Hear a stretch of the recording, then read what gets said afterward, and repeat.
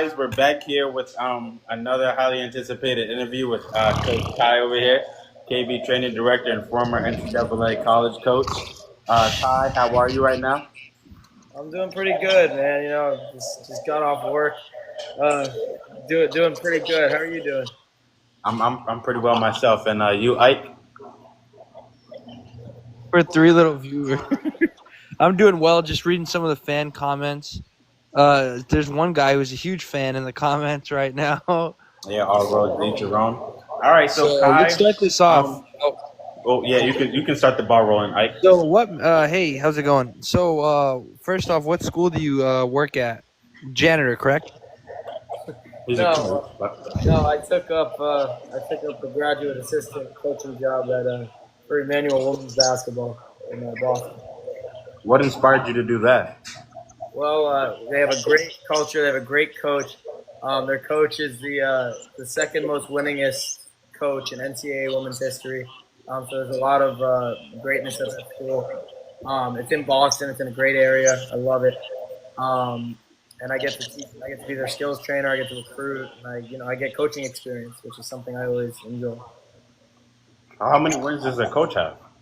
Coach has, I want to say, over 900 wins, close to 1,000. He's probably at about 924 right now. He has a 77% winning record in his career, and he's been there for 49 years. How long has he been coaching? 45 years, you said? 49. At Emmanuel or just? At Emmanuel. He was there since the women's program started. So dang, 40 years? 49 years. That's what's up. Ike? What's up? And you're gonna, keep it. So let's talk about prior experience. When did you start playing basketball? I started playing basketball when I was in. I started playing like in 8th grade, but I started taking it seriously in 10th grade. That's when things got more serious. In what grade? In 8th grade or 7th? 8th grade. I started in 8th grade, and then I started playing seriously in 10th grade. Like I started taking it more seriously and started working out on my own and getting up in the morning at like 4 a.m. Just doing it. What was the biggest thing that you felt you needed to get better at when you first started? I think what I thought I needed to get better at wasn't really what I needed to get better at, and that's kind of what where my mistakes were. Real media, sorry. So reading the comments too. I'd say something I got really good at was shooting. That's kind of what I did in my high school career, was just shoot the three really well. Something I definitely needed to get better at was, point guard skills, getting a quicker first step, and my finishing abilities. I wasn't that good at that. So, Like when you first started playing, were you watching basketball too, or were you just like a fan of the sport? I was watching. I was a big Knicks fan, and I was there during the 2017, 2016 days when we were horrible, and we have Lou Amundsen as our starting power forward, Joe Smith as our starting center. It was a mess. But, Speaking of 2017 New York Knicks, you spent the first 3 years of your college career at VTSU Linden. So how would you say that you – hey, how's it going, friend, pal, Nimrod? So how would you say that being at VTSU Linden for the first 3 years was, and in all honesty, if you had to, summarize it? So I'll be honest. I think there was some great guys VTSU there. Linden. That's where you first. That's where you my started first- playing college ball, my right? first You walked on me. career, I guess you could say. My first 3 years of my college career. There were some, there were ups and there was downs, just like everything. So I would say, I'll start with the ups. The ups where I had some, there were guys that hang around that were fun. Obviously Isaac and me were teammates in college, and we had a fun time. Me, him, Yusuf, all those guys. Good old college days. The old college days. Baseball house. And then, baseball house. Those are good days. We had White House. We had a list. We had a bunch of houses to start. Every year there'd be one less house, though. Yeah. I don't know what. It was like an elimination. All roads lead to Rome. That's right. So then I'd say the pluses were that, just having access to a gym. Obviously in every college you're probably gonna have access to your gym, but it was nice to be able to go on the shooting machine and get some work in. And I was a pretty hard worker, I would say. I was a lot of times in the gym. Yeah, I was told that. I said, I was told by a player at Linden too. During my time there, he said, you could say whatever you want about Kai, but he always found his way in the gym. I did. I wasn't a rule follower. I found my ways to break in the gym, and sure, a lot of administration hated me, but that was just that was just part of the game. And now grown up a little bit, so I probably wouldn't do that as much. But I think the pluses were that being a part of a college team is definitely an experience. Not everyone gets, so it's definitely good. I'd say negatives. Me coach outside of being like just outside as a person, me and him didn't have any problems. It was more just like my views on his coaching philosophy. I didn't really mesh with. I didn't really feel like practicing. How many games did you guys win while you were there, like in total? Well, the first year we actually won about 50%, so I think we had about 10 games. Ike, is that correct? At 10 games, we won 5 of them. We won 5 of them, so we just kind of said, 50% win. We're on track to win a NAC championship. And then next year, I don't even know how many games. What do we win? 7 or 6? I think 6, 7. Something like that. I don't know. But I don't know. I don't know how many we won. Our junior year we got worse. What would you take during your time with at VTSU, or at your time it was NVU, but now VTSU Linden? What would you take from there? Like I know you probably didn't enjoy it. You did end up hitting the portal after I think your 3rd year, and you transferred to another school in the conference. But what would you take away? What positive experience as a player would you have taken away from your time at Linden? See, I don't look at Linden like a player experience. I look at it from like a total experience. And I'll say one thing. I started my basketball program in Vermont. If I didn't go to VTSU, I don't think I ever would have started my program, KB training. So I have to say that's definitely a huge positive. Coach was good at some things. Like in practice, he would stop the dead balls and talk about how we should have done something better, how we should, say shot whenever someone shoots, and then it'll lower their percentage. If you scream in their face shot, then, then their percentage goes down. So, what would you say, like, you said that there was a clash with you and the coach, like, not a meeting of the minds. What would you say went wrong, and what 2 styles were going at it with each other when you were there? Well, I don't know. I think the issue is, like, when you work harder than other people and you're not really ever getting a chance when you're a losing program. I feel like, when you're a losing program, you should I'm sorry, I'm reading the text that I'm getting right now. So no, it's okay. I feel like when you're a losing program, you shouldn't be playing the same 5 guys over and over and over. Not to say they're bad or good, just more like, Yeah, like switch it up. Like if it's broke. You play 25 games in a season. There has to be some time to give someone a chance. Like working their butt off. Like a lot of people say if it's broke, don't fix it. But like at this point, if it's broke, let's fix it. Even real media right now in the comments had said that as well. Maybe you were what was going on well there because as he said. When you left, they ended up going 0-17. And to piggyback off of Real Media, there was 2 consecutive wins. First time in program history, beating a conference team twice on the road. And I'm confused on who they were against. He left with some hardware. And that's where it's not my interview. We'd be here all night. But just to put that out there, just 0-17. But for some reason, there's 2 wins that slipped under the crack by double-digit points. Northern Vermont, to make things shorter, Northern Vermont beat my team twice. And then so you would say another comment. Stop. I get it. But another comment as well. KB training, Ben, best player, and some other things said in that comment as well. But how do you feel on your program as KB training and really developing the next generation of players, let alone players in Vermont? It's a great question. Well, I can start about why I started the program. The program, started because there wasn't much basketball development. There wasn't much great coach. There's still not very much great coaching in the area. And then people don't really realize there's a difference between coaching and skills training and skills development. Like you can know the game pretty well and you can watch the Celtics growing up all your life, but you might not know certain footwork. You might not know certain things. I've been a trainer since 17 years old in New York City, so I've been working with kids my whole life. But I'll say, I think the reason I started that whole program is just, for the skills development and, kind of being that coach that I didn't have when I was a kid. So that's always important. So back to the Vermont coaches and AAU programs. I mean, firsthand, I saw a couple when I would go with you to a few of the tournaments just to check it out, see what's going on.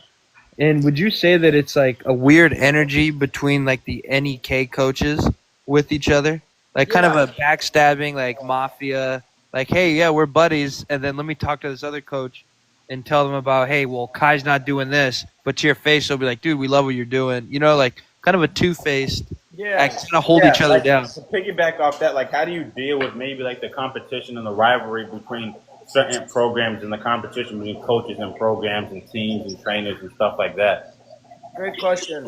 So I mean, again, I don't really see any programs as competition. I think all programs, should work together. Not necessarily work together, because every program is different, and I'm not saying they all have to merge, but I think that programs should, embrace one another and not, and it shouldn't really be talking badly. I mean, you can talk badly about a program if they're a bad program, but like I don't really care. You can say Nelly could go behind my back and say KB Training is the worst basketball program in the country.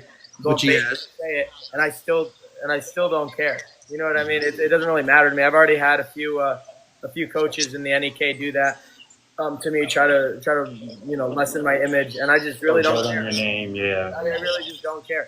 I think programs should work more together, but that's not to say there's not bad programs out there. I think some programs deserve to be known that they're not good programs.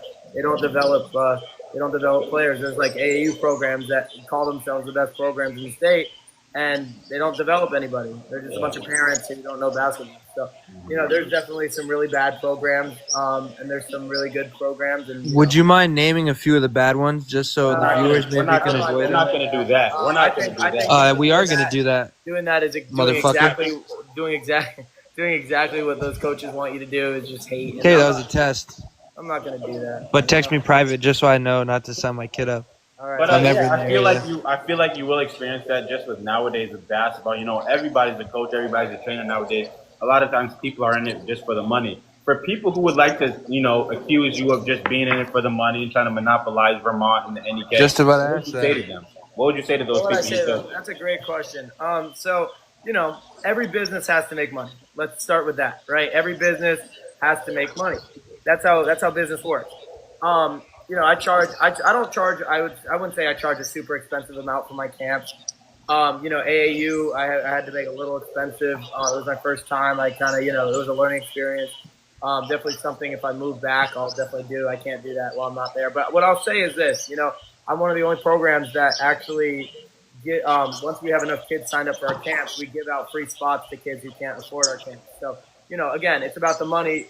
Sometimes, right? I mean, you have to make a living, but at the same time, it's also about the kids and, developing their skills and, giving kids opportunities who might not have had opportunities. There's a bunch of camps I know that kids who couldn't afford it can't just hit them up and say, hey, can we have a free spot? So I feel like you can go ahead. I was gonna say a quick question. How do you plan on integrating like the black community into your camps, or is that something? Because especially in the area, there's been a lot of parents I've seen on Facebook complaining about the diversity, not in your camps, but just in camps around that area in general. Is there a specific way you're going to try to tackle that situation, or are you just whoever first come, first serve? Sure. So I'll tell you this. We welcome everybody. You know what I mean? We don't discriminate. But what I'll say is this. Vermont's a very predominantly white population. So, I'll take any, African-American kid who wants to be a part of my camp. I think it's just more – there's no African-American kids out there. You got like 5 for every 400 white kids, So that's just kind of what it is. I don't know who's been complaining about it, but if they have a problem, they can contact me. Well, it wasn't you. I was just saying with like camps in that area. With the camps in the area. I don't know. Well, look, if anyone – this is a message to anyone. If you do have a problem with that, you can contact me and we can work together to fix the DEI effort. So to piggyback off of that, would you say the same thing about like transgenders like playing in sports and LGBT players, or are you still with the first come first serve? Can I add to that as well? Because especially with the LGBTQ and the trans thing, like sometimes we might have young boys who might be in girls sports or guilty some young girls who might be in boys sports. How do you now I wouldn't say tackle the problem, but how do you deal with situations like that? Whether you might have to bring a kid to that camp, train that kid, have that kid on the team, or even play in a tournament or game against a kid who identifies himself Great as question. So I'll start with the camps. Our camps are boys and girls, so it's not really an issue. They're co-ed. They're co-ed. They mix. They're co-ed, right? They do mix. But I will. Well, it depends. Yeah, but I'm not a guy. Well, hold on. I'm gonna finish. Our Drew Hanlen camp. We are kind of keeping it separate. That doesn't really matter. That's not a camp where there's reps. They play. And I want to make this clear. Like I don't have a problem with any kid identifying as anything. Any problems with that. Like I'm not someone who's going to say, you shouldn't do this or you shouldn't do that. It's a free country, and that's the beauty of this country. Now, what I'm going to say is this: I don't believe boys should be or biological boys should be playing with biological girls. I think it's unfair, and violation detected. It's a it's a account. It's a troll account. Oh, are we serious? Yeah, it's a troll account. Ain't no way. They really got me. Nice. All right. Well, anyways, yeah, that's my opinion on that. I don't think boys should have biological differences. They have different hip structure, they have bone density, they have a lot more adrenaline, they have a lot more stuff like that. So I think that's something that should be thought about. But no, I don't have a problem with any kid doing anything like that. So my camp, so it doesn't really matter. Because, there's been rumors about you being a little disgruntled about you playing a woman in sports. Which is completely understandable. I feel, just to add if my team was bad too, I'll address it. So there was one time I had an AAU program, and we had played against a team. It was my fifth grade girls. They were a new team. They weren't as skilled. They were working on developing. And they played against a sixth grade biological boy who was 6 feet tall. And he probably had about 20 blocks that game. And the excuse was he identified as a girl, which is totally fine. You can identify as a girl, but you kind of have to be realistic in a pool where you have a bunch of girls who aren't benefiting from this, and a biological boy who identifies as a girl who is identifying from it. So I had a problem with that. Yeah, that kind of frustrated me. I didn't make a scene about it, but I had a problem with it. So that was where I feel a lot of people would, even if you don't have a problem with it, you might be suspicious of it, or I wasn't even there for it, so I was a little frustrated to hear that we lost by 50, and that kid had 30 blocks. But that's fine. I'm not. It was a while ago. I'm not gonna freak out about it. But if you have a problem with my opinion, you can unfollow me or anything like that. I really don't care. I'm gonna stay true to how I feel, and if you want to have an educated conversation about it, we can totally do that. But that's my opinion on that. If that's what you were asking. Alrighty, and lead now into your coaching career. As a college head coach, where do you see yourself in maybe 5 years after? Right now you are a grad assistant. I'll get into it. So a grad assistant. So yes. Where, as a 5-year plan, what is your possible 5-year plan with that? Great question. So I'll say this: every move I make, as far as coaching, is very timed. It's very planned out. So I started my coaching career in New York City, where I coached a little bit with my old AAU team, and that wasn't anything crazy, but nice. And then I actually started coaching with the St. J Celtics. Shout out to Chris, Elijah's dad in Vermont, and that was fun. I moved to Massachusetts, where I played at Lesley University for my last 2 years. I started doing the Middlesex Magic coaching, which is an Under Armour sponsored program in Massachusetts. I started coaching some teams there, and now I'm the assistant director there for Middlesex Magic Concord. I also am the Newman School trainer, so that's a AAA NEPSAC prep school. I also coach at Emmanuel with a historic coach. I do some other stuff too. Oh, and I run a lot of showcases, and I obviously run my own camps and all around Vermont and New Hampshire. And I think honestly, I'll have a head coaching job in the next year. I'll be at Emmanuel for 1 more year, so I'll be working with Andy, and I'll have 2 years under my belt, which is what a lot of head coaching jobs require. And I'll have a master's. There's another thing they require, and I think I'm probably not going to coach women's basketball at Linden. I would if it was open, but need a short team. If you were you'll at Emmanuel for what, 2 years? I'm going to be there for 2 years total. Um, Hey, Ak. what's it called? So you'll be at Emmanuel for For 2 years, Yes. 2 years, and then you'll what? Find a new job. Like you'll look for a head coaching job. I'll look for a head coaching job. Well, how about we take this talk? Nyla Mitchell gives good. I'm not going to read that. Well, Please don't. why don't we? That's crazy. Kai, can you read that? It cut off. For I'm not reading that. Real media posts, you're banned. No, he's not. It's free speech, brother. No, so let's take a break from this basketball stuff. We get it. You're doing great things in the community. You know, you played at Linden for 3 years.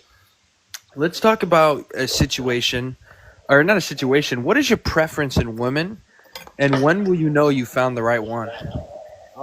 Right now, I'm just very focused on myself and building myself, because you can't love a woman if you don't love yourself. But there's rumors you're on dating apps still. So how is that? How would that make the I feel most? like everyone's on dating apps. You know what I mean? I'm on dating apps. Nellie's on dating So apps. has everyone jumped off a bridge? Last time I heard you were just on Tinder. Yeah, I probably No, should- yeah, but I'm saying for a guy that's like, you know what, I'm all about me and screw this, and now he's on some apps, which I'm kind of confused. There's nothing wrong with talking to people. I am on my dean. I am still on my dean. We're not talking about you. This is I'm the on Kai dating interview. apps. Oh, okay. Sorry. Yeah, this is the Kai interview. Nelly interview would be like 5 minutes. You'd be looking at the lights. All right. Anyways, so what like qualities would you like prefer? You always want to find someone who's sympathetic as a person, who cares about you. Has ambitions. I'm not Ak. Can be somewhat independent. Don't get caught after practice in the black Honda Civic. Nice. So Kai, there's obviously rumors, with the age gap between you and your players only being a year. All right, Year or two. we're not gonna do some. Would you ever pursue a player romantically? Absolutely not. Listen, I'm gonna in about like 2 minutes. If you ask me another stupid question, I'm gonna. It's a hang free up. country.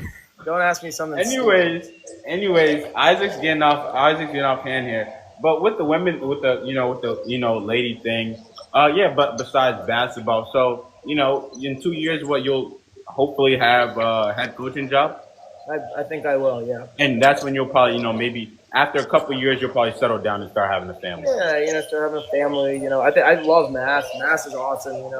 It's a great area, very populated area, a lot of business there. It's great.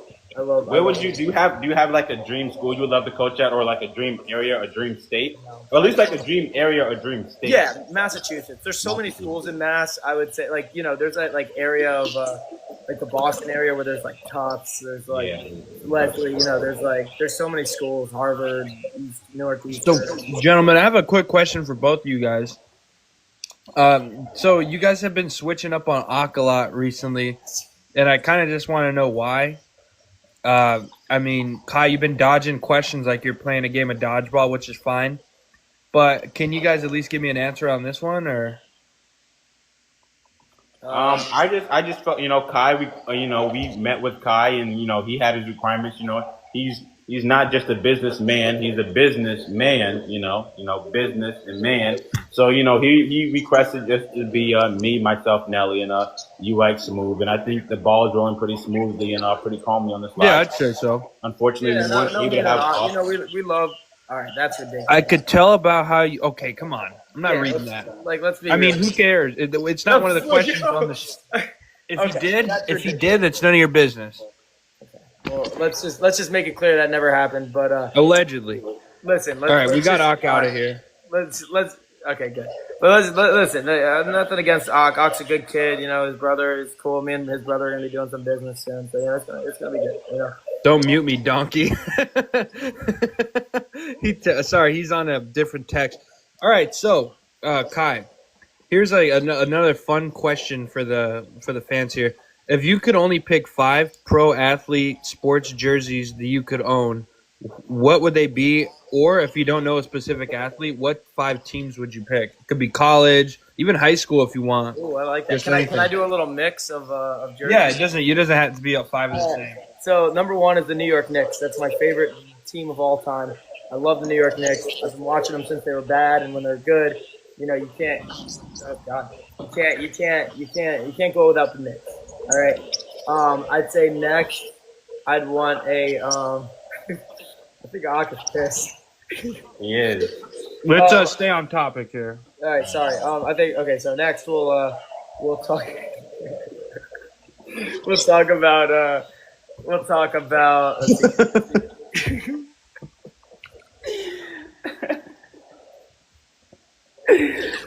Oh.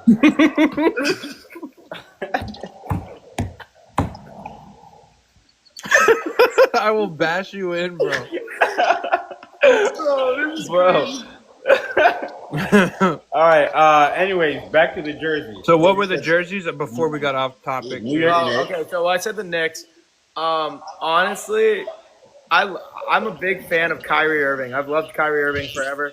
So Kyrie Irving jersey might be in order. What team? Uh-huh. Like Cavs, Celtics, or Or just Duke Honestly, even? any of them, just a Kyrie Irving jersey. I'll take. He was really good in the Cavs. I'll take him on the Cavs. Three. Let's see. I gotta think. I want a. Big question. Professional athlete. Well, can we say athletes who don't actually wear jerseys, but like people you really respect? Yeah, it doesn't have to. Yeah, it's Mike just Tyson was great. I love Mike Tyson. He just had a different type of mentality. Mike Tyson was also from New York City, like you, Yeah, that's a good point. And he was also a boxer. like me. There you go. So he kind of has he a was little also bit a of all of it. boxer. I heard he was 10% Mexican like Isaac. So, Oh wow, we're trying to have a conversation here. I'm We being can't serious. ask Look certain. it up. We can't ask certain questions over here, but we can let this guy go. All on right, and all make right. jokes. Listen, I'm being serious. Look it up. All right, well, let me read a real media question. So, Kai, be careful. She has a girlfriend. She drives a Volvo. Anyways, about the Volvo. What are the next two jerseys? So you said a Kyrie Irving jersey, I said Mike Tyson. Mike the Tyson, Knicks. Knicks. I think I would get a Kobe jersey, but it would have to be something like a historic Kobe jersey. It would have to be like not Number a, 8. Simply number 8. Colorado yeah, like a Kobe number 8 jersey. What did he wear? No, he wore 24 in 2009, right? When he won the championship. Yeah. Yeah, so maybe a little earlier. Like a nice 8 Kobe jersey is always in order. And I got one more. Let's say I gotta go with the Yankees, man. The New York guy. The pinstripes. Yeah. Nice. So, if you weren't an AAU coach / just basketball coach, what profession would you do instead of basketball? That's an amazing question. I mean, I think I've thought about that a lot, and honestly, I don't know. Like, I think in college when I was a sophomore, I didn't really know what I wanted to do. I'd kind of gotten out of the exercise science major, and I was like, I don't know what I want to do. Like, I don't know what I want to do in life. And then, I started doing the training in my junior year again, and then I started getting back into it, and I was like, you know what? I think this is my passion. This is what I like. So I don't know. I really don't know what my profession would be. I might do something. Which is fair. I like it. So, what is your favorite food to get on the road? Not like favorite food in general. Let's say you're on a long road trip and you got some meal money. What type of food or what type of restaurant would you go to? Great question. There's two places. One of them, this is you're gonna find this interesting, but Cracker Barrel. I love Cracker Barrel. Oh, the Cracker Likes Crackle. Anyways, So Cracker Barrel. I love Cracker Barrel.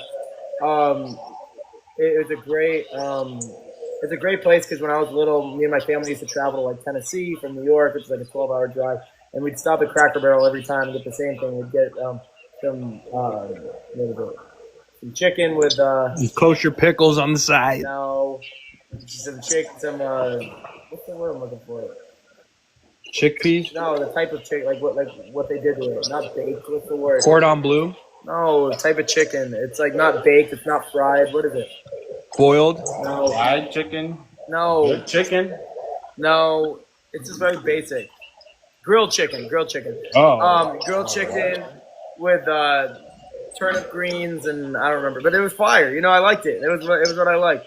So I do that and mashed potatoes. I get that, and from then on I get it. And then the other place would be a steakhouse. I love steak. Steak's a necessity. I'm going on a recruiting trip this weekend in Connecticut, and I'm gonna go to a steakhouse, use the old school card one time. Oh, nice. And so, who would you say though that you steak's really good? Who would you say though that you look up to, just in general, not like basketball, just like in general, somebody that you're like, you know what, this guy's got it going on, and you can't say me. I'm gonna be honest. My mom, she's a workhorse. She's insane. She sleeps 4 hours a day. She gets up at 4 a.m. every day. She does the same routine. She takes care of a lot. I really admire my mom. She puts it all out there. She works hard. I really respect. Sorry, bud. That's what's up. You mentioned a recruiting trip. You took well, not recently, but over the summer you guys took a recruiting trip to Kentucky as well. Yes. What do you look so as a coach and recruiter? What do you look for in the most as a player? And all the young players out, watching this right now, pay attention to this guy. What he's gonna say. What do you look Do the for opposite. What do you look for most in a player, like as far as basketball, as possibly recruiting them as a player, their personality, their attitude, their work ethic, and everything in the court? Great question. So, and I say this at all my camps too. It's really about the little things. How are you gonna affect the team? Are you gonna dive on every loose ball? Are you gonna communicate on defense? I look for those things first. I always tell this story because it's true. I was told to recruit this one player. From my head coach had told me recruit this one player from team. I think it was Team Beal, Bradley Beal, and it was like one of the EYBL showcases, whatever, in Kentucky. And I had talked to the LSU coach came up to me because she knows my coach. My coach is very historic, like everyone knows it. Then the Caitlin Clark's old coach at Iowa came up to me too, and they were like, "Oh, you work for Andy now," and I'm like, because they saw my shirt, and I'm just like, "What? That's insane." But they, I was on the same court as them, recruiting in the same bench as them. It was pretty cool. And I was recruiting this one basketball player, and she was a really good scorer. And I was told she had averaged 30 points a game at a good high school. And I was looking at her, I was checking her out, seeing if she'd be a good fit. And I ultimately didn't recruit her, and she had 35 points that game. You know what I mean? And she wanted to move to Boston. That's really the reason she wanted to be on the team. Bro fumbled. No, I didn't want her to be a part of the program. At the end, she had a great game, but she had a horrible attitude. Her personality sucked, and she just didn't. She wasn't a good teammate. She didn't listen to her coach. She didn't help her teammates up. She was very lackluster on defense. And we talked a little bit, and I was like, honestly, if you had just put in some more effort, I would have picked you up. But we're not really interested. She was like, sorry, well, Iowa State, Emmanuel, I don't know. No, a lot of schools weren't interested. They said all the same thing. You know what I mean? So you got to understand, that's a big thing. And not to say, we're one of the better D3s. We're pretty good. You know what I mean? And my coach only recruits impact players. He doesn't recruit anybody else. He recruits players with an intention of actually playing them eventually. No, he recruits playing them on the spot. That's how he recruits. He's very it's very hard to recruit for him because he's always looking for players that, other programs at a similar level wouldn't be looking for. So we're competing with a lot of D2s and stuff. That's pretty cool. Yeah. Let's take some fan questions. That's a good point. Whereas also with schools too, not only when you're a program, you're competing with other schools, other schools in your conference. But I feel like when you're with the high level D3, you're also competing with, the division above, whether some kids decide whether they want to go the D3 route and play and have, a big role, or they might go D2, Division 2, and have a much smaller role, or maybe as a walk-on and stuff like that. So really, as a bigger program, your competition pool is much bigger because it's either, A, be a part of a good program, or B, go to not as good school and have a bigger impact or bigger role, or even go in the higher division and then have a lesser role. So I feel like you guys' competition pool is very massive compared to other schools. So that is a good. And there are also some D2s, honestly, that wouldn't beat us. You know what I mean? There's very low level D2s that won't beat high level D3s, and there's low level D1s that will lose to some higher level D2s. There's a lot of that. All right, so let's field some fan questions here. You guys have a chance to ask whatever you want. We'll answer it in full. So why don't you go ahead and comment, and in the next minute, there's any trolling in the comments, I'm not Hey answering. guys, All right, Jaden, let's try to keep it PG rated. You know, Kai. yeah, let's keep it rated R. We're not going to read any rated X PG. questions. Let's rate it Rated PG-13. PG. So let's ask some questions here. PG-13 questions. Just anything for Kai? I mean, this has been a great interview so far. I feel like we've gotten to know him a lot. We're not How asking did questions Nelly on me. switch up on his day one? We're not asking questions on me currently right now. We got guys muting me, so I don't know. I think we might have to cut this thing short here. How Well, did if we're not Nelly going to get any switch up? Kai questions, we can't cut this short. I don't think we're getting Kai questions. Again, Kai, thank you for your time. You know, it was really appreciated. You know, good luck with the rest of your season and your business, of course. You know, you gave me a job during my time at Linden. You know, I can say whatever I want about you, but Employment. I'll forever appreciate the job opportunity you got me. You know, you paid pretty well, too. So, Isaac, do you have any words? Yeah, I thought it was a lot of fun. I thought it gave people a chance to get to know you a little more, and make sure to go to the Drew Hanlen camp on the 27th. That's the big thing, guys. Everybody go to that Drew Hanlen camp. This is going to be one of the biggest camps to ever hit the state of Vermont. Kai, if you want to talk about it some more as well. Yeah. Right before. So I appreciate it. So yeah, I'm running. I'm getting Drew Hanlen, who's Jason Tatum, Joel Embiid, Tyrese Halliburton, Bradley Beal, Tyler Hero. He works with all those guys and secured over $4 billion in NBA contracts for him. He's widely regarded as one of the best skills trainers in the world. So he's an NBA skills trainer, and I'm getting him to go to St. Johnsbury, Vermont. Definitely sign up, especially before October 1st, and then we can, get to know people, and we'll have a great camp. He'll answer questions. You know, his attention to detail is really good. You'll learn a lot there. So definitely check it out. It'll be at the St. Johnsbury Academy. All righty. And, that'll do it. Again, Kai, thank you for your time, and have a great rest of your night. Thank you for having me.